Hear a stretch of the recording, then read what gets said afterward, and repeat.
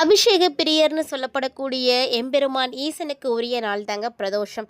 இந்த பிரதோஷ நாளில் நம்ம எப்படி வழிபாடுகள் செய்யணும், என்ன மாதிரியான வழிபாடுகள் செய்யணும், பிரதோஷத்தில் நம்ம வழிபாடு செய்கிறதுனால என்ன பலன் கிடைக்கும் அப்படின்றத பற்றியெல்லாம் இந்த பதிவில் நம்ம தெளிவாக பார்க்கலாம். பொதுவாக பௌர்ணமி மற்றும் அமாவாசை இந்த 2 தினங்களுக்கு முன்னாடி வரக்கூடிய முக்கிய நிகழ்வு தாங்க பிரதோஷம். இந்த பிரதோஷம் பார்த்திங்கன்னா சிவபெருமானுக்கு நடக்கக்கூடியது. இதை நம்ம பார்க்கும் பொழுது நம்முடைய வாழ்க்கையில் நம்ம செய்த பாவங்கள் நீங்கி அதற்கான பலன்கள் எல்லாம் நம்மளால் பெற முடியும்னு சொல்லுவாங்க. ஸோ எத்தனை முறை பிரதோஷத்தை பார்த்தா அதற்கான பலன் கிடைக்கும் அப்படின்றத நம்ம இந்த பதிவில் பார்க்க போகிறோம். வரக்கூடிய பிரதோஷம் பார்த்திங்கன்னா மே மாதம் 14ஆம் தேதி வியாழக்கிழமை குருவார பிரதோஷமாக வந்திருக்கு. ஸோ கட்டாயம் எல்லாருமே பிரதோஷ வழிபாடுகளை செய்யுங்க. உங்களுடைய வாழ்க்கையில் இருக்கக்கூடிய தோஷங்கள் நீங்கணும் அப்படின்னு எம்பெருமான் ஈசன்ட்ட மனசார பிரார்த்தனை செய்துட்டு ஓம் நமச்சிவாய அப்படின்ற மந்திரத்தை மறக்காமல் கமெண்ட் பாக்ஸில் கமெண்ட் பண்ணுங்கள். பிரதோஷ வழிபாடு அப்படிங்கிறது மாலை 4:30 மணிலிருந்து 6 மணிக்குள்ள சிவபெருமானையும் நந்தீஸ்வரனோடு சேர்த்து வணங்கக்கூடிய ஒரு மிகச்சிறந்த வழிபாடுங்க. இந்த வழிபாட்டால் சகலவிதமான பாவங்களும் தீரும். தீராத நோய் இருக்குது அப்படின்னா கண்டிப்பாக அதுவுமே தீர்ந்து போகும். அதே போல் கடன் பிரச்சனையால் இருக்கக்கூடியவங்க, புத்திரபாக்கியம் கிடைக்கல, கல்வியில் சிறப்பாக இருக்கிற, செல்வம் கிடைக்கல, திருமண தடை இருக்குது, இப்படி எந்த பிரச்சனைகளால் நீங்கள் இருந்தாலுமே கூட அது எல்லாம் நீங்கி நினைத்த காரியம் நிறைவேறணும் அப்படின்னா கண்டிப்பாக நீங்கள் பிரதோஷ வழிபாடுகளை செய்யுங்க. சனி பிரதோஷ வழிபாடுகள் செய்தீங்க அப்படின்னா 5 வருடங்கள் தொடர்ந்து நீங்கள் ஆலயத்துக்கு சென்று வழிபாடு செய்த பலனை பெற முடியும். பிரதோஷ காலத்தில் சிவனை வணங்குறது அப்படிங்கிறது முப்பிறவி மற்றும் இப்பிறவியில் செய்த பாவங்களை எல்லாம் போக்குறதுக்குங்க. பாவ விமோசனம் கிடைக்கக்கூடிய அற்புதமான வழிபாடு தான் இந்த பிரதோஷ வழிபாடு. செவ்வாய்க்கிழமை வரக்கூடிய பிரதோஷத்தில் செவ்வாய் பிரதோஷம் வருது இல்லையா, அந்த டைமில் நீங்கள் வழிபாடு செய்தீங்க அப்படின்னா உங்களுடைய கடன் சுமை இருந்தது அப்படின்னா கண்டிப்பாக காணாமல் போயிடும். அதே மாதிரி ருணம் ரணம்னு சொல்லக்கூடிய ரெண்டுமே சரியாக போகுங்க. ருணம்னா கடன், ரணம்னா நோய், இது 2 இருந்துச்சுனாலும் தீர்ந்து போகும். அதனால் கண்டிப்பாக செவ்வாய்க்கிழமையில் வரக்கூடிய பிரதோஷத்தை மிஸ் பண்ணாமல் வழிபாடு செய்யுங்க. ஸோ நம்ம தொடர்ந்து 13 பிரதோஷங்கள் தரிசனம் செய்தோம் அப்படின்னா நம்ம நினைத்த காரியங்கள் எல்லாமே நடக்குங்க. எந்த தடையும் இல்லாமல் நடக்கும் அப்படிங்கிறது தான் ரொம்ப முக்கியம்.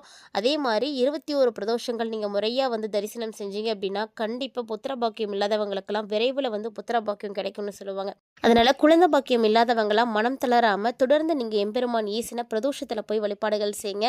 அதே போல் ஈசன் பார்த்தீங்கன்னா அபிஷேக பிரியர். உங்களால் என்ன அபிஷேக பொருளை வாங்கி கொடுக்க முடியுமோ அந்த அபிஷேக பொருளை அன்றைக்கி நீங்கள் வாங்கி கொடுங்க. அதே போல் பிரதோஷ பூஜையில் நீங்கள் அமர்ந்து வழிபாடுகள் செய்யும் பொழுது உங்களுடைய மன அழுத்தம் இருந்ததுன்னா சரியாக போகும். கவலைகள் இருந்ததுன்னா அதுவும் நீங்கி போயிடும். மனசுக்கு அமைதி கிடைக்கும். சொல்லப்போனால் ஆன்மீக முன்னேற்றத்தை தரக்கூடிய நாள் தாங்க இந்த பிரதோஷ நாள்.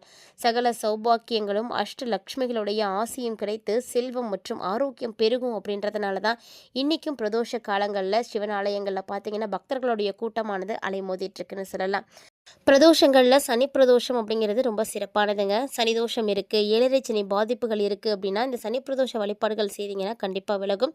5 வருட ஆலய தரிசனம் செய்த பலனும் உங்களுக்கு கூடவே கிடைக்கும். அதே போல் வளர்பிறை பிரதோஷ நாளில் நீங்கள் போய் வழிபாடுகள் செய்யும் பொழுது கடன், வறுமை இது எல்லாம் நீங்கி செல்வ நிலை பார்த்திங்கன்னா உயர ஆரம்பிக்கும். அதே போல் தேய்பிறை பிரதோஷத்தில் நீங்கள் போய் வழிபாடுகள் செய்யும் பொழுது முன்வினை பாவங்கள் மற்றும் தடைகள் எதுவும் இருந்துச்சு அப்படின்னா அதெல்லாம் சரியாக போயிடுங்க. ஸோ பிரதோஷ நாளில் விரதம் இருந்து நீங்கள் மாலை நேரத்துக்கு சிவாலயம் போய் நந்தி தேவர் மற்றும் சிவபெருமானுக்குரிய அபிஷேகம் நடக்கும் இல்லையா, அந்த அபிஷேக ஆராதனைகளை நீங்கள் தரிசனம் செய்யணும். ஆராதனைகளை தரிசிக்கணும் செய்யும் பொழுது உங்களுக்கு அவ்வளவு நன்மைகள் கிடைக்கும். அதே போல் அருகம்புல் அல்லது வில்வ இலைகளால் நீங்கள் அர்ச்சனை செய்து வழிபாடுகள் செய்தீங்க அப்படின்னா இன்னுமே சிறப்பான பலன் உங்களுக்கு கட்டாயம் கிடைக்குங்க. ஸோ பிரதோஷம் அப்படின்றது வெறும் சாதாரண விஷயம் மட்டும் கிடையாது. பிரதோஷ தரிசனம் கண்டோம் அப்படின்னா நம்மளுடைய எல்லா விதமான பாவங்களுமே நீங்கி போயிடும். பிரதோஷ விரதம் சிவபக்தர்களுக்கு முக்கியமான ஒரு விரதம். மகாசிவராத்திரிக்கு அடுத்தபடியாக அதிகமான சிவபக்தர்களால் கடைபிடிக்கப்படக்கூடிய விரதம் அப்படின்னா இந்த பிரதோஷ விரதம் தான். இது மாதம் மாதம் 2 முறை வரும். வளர்பிறை பிரதோஷம், தேய்பிறை பிரதோஷம் அப்படின்னு. அது மட்டும் இல்லாமல் ஒவ்வொரு கிழமையில் வரும் பொழுதுமே அது அதற்குரிய தனித்துவத்தை பெற்று வரும் அப்படின்னு சொல்லுவாங்க. பிரதோஷ விரதம் சிவபெருமானுக்குரிய முக்கியமான விரதங்களில் ஒன்று. எல்லா விதமான பாவங்களையும் போக்கி நம்முடைய வாழ்க்கையில் சந்தோஷத்தை தரக்கூடியது இந்த பிரதோஷ விரதம். பிரதோஷத்தை அன்னைக்கு விரதம் இருந்து நீங்கள் சிவபூஜையில் கலந்துக்கிட்டீங்க அப்படின்னா சிவனுடைய பரிபூர்ணமான அருள் கிடைக்கும். யார் ஒருத்தங்க தொடர்ந்து 12 ஆண்டுகள் பிரதோஷ விரதம் இருக்கிறாங்களோ அவங்களுக்கு சிவலோக பதவியும் சிவனுடைய பாதத்தையும் அடையக்கூடிய பேரும் கிடைக்கும் அப்படின்னு புராணங்கள்ல சொல்லியிருக்காங்க. பூலோக வாழ்க்கையில் இன்பமாக நம்ம இருக்கணும், வாழ்க்கைக்கு பிறகு மகிழ்ச்சியாக இருக்கணும் அப்படின்னா இதை தேவையானதை எல்லாத்தையுமே சிவபெருமான் வந்து அருள் புரிவார் அப்படின்றதாங்க நம்பிக்கை. ஸோ பிரதோஷ வழிபாடு ஒவ்வொரு மாதமும் திரையோதசி திதியில், அதாவது வளர்பிறை தேய்பிறை அப்படின்னு 2 திதியிலையும் வரும். இந்த நாளில் பார்த்தீங்கன்னா சிவபெருமான் நந்தி தேவருடைய கொம்புகளுக்கு இடையில தாண்டவம் ஆடுவதாக ஐதீகம் இருக்குது. ஸோ பிரதோஷ காலத்தில் சிவபெருமானை தரிசிக்குது அப்படிங்கிறது ரொம்ப ரொம்ப நன்மைகளை கொடுக்கும். இந்த நேரத்தில் எல்லா தேவர்களும் சிவபெருமானை வழிபாடு செய்ய ஆலயம் வருவாங்க அப்படிங்கிறது நம்பிக்கை.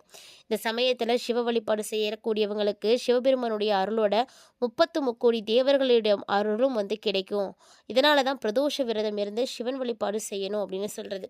ஸோ செய்யக்கூடியவர்களுடைய வாழ்க்கையில் கண்டிப்பாக மாற்றங்களும் நன்மைகளும் நிச்சயம் வந்து நடக்கும் அப்படின்னு சொல்லப்படுது. நீங்கள் பிரதோஷ விரதம் இருந்திருக்கீங்களா அப்படின்னு மறக்காமல் வந்து கமெண்ட் பண்ணுங்கள். பிரதோஷ தரிசனம் செய்கிறதுனால நம்முடைய பாவங்கள் நீங்கும் அப்படிங்கிறது நம்பிக்கை. அதே மாதிரி தாங்க ஜாதகத்தில் இருக்கக்கூடிய தோஷங்களானது, குறிப்பாக சனி தோஷம், ராகு கேது தோஷம் இருந்துச்சு அப்படின்னா அதுவுமே வந்து விலகி போயிடும். சகல விதமான நன்மைகள் வந்து கிடைக்கும், வாழ்க்கையில் மகிழ்ச்சி கிடைக்கும். கடன் தொல்லை இருந்தது அப்படின்னா அதுவுமே வந்து நீங்கிடுங்க. ஸோ ஆரோக்கியம் மேம்பட ஆரம்பிக்கும். தொடர்ச்சியாக பிரதோஷ விரதத்தை மேற்கொள்றதுனால முக்தி கிடைக்கும் அப்படிங்கிறதும் ஐதீகம். ஞாயிற்றுக்கிழமை வரக்கூடிய பிரதோஷம் சூரியனால் ஏற்படக்கூடிய பாதிப்புகள் இருக்கக்கூடியவங்க கண்டிப்பாக வழிபாடுகள் செய்கிறதுக்கு நல்லதுங்க. பிரிந்த குடும்பங்கள் ஒன்று சேரும். திங்கட்கிழமை வரக்கூடிய பிரதோஷம் சோமவார பிரதோஷம். சந்திர திசை நடக்கக்கூடியவங்க, சந்திரனால் பலவீனமாக இருக்கக்கூடியவங்க வழிபாடு செய்கிறதுக்கு ஏற்ற ஒரு நாள். இதனால் மன நிம்மதி, மகிழ்ச்சி கிடைக்கும், மனசுக்கு வலிமை கிடைக்கும்.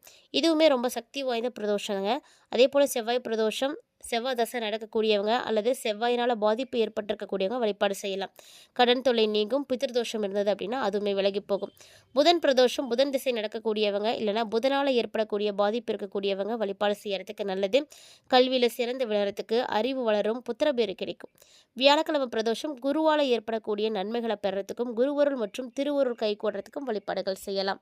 அதே போல் வெள்ளிக்கிழமை பிரதோஷம் எதிர்ப்புகள் நீங்கும், சுபிட்சம் கிடைக்கும். சனி பிரதோஷம் எல்லா பிரதோஷங்களிலும் மிகவும் சிறப்பு வாய்ந்த பிரதோஷம். இந்த நாளில் சிவனை தரிசனம் பண்ணிங்க அப்படின்னா சகல விதமான பாவங்களும் நீங்கி புண்ணியங்களானது சேரும். அது மட்டும் இல்லாமல் இந்திரனுக்கு நிகரான செல்வமும் புகழும் வந்து கிடைக்கும். பிறப்பே இல்லாத முக்தி அளிக்கக்கூடிய வல்லமை பெற்றது இந்த சனி பிரதோஷம்.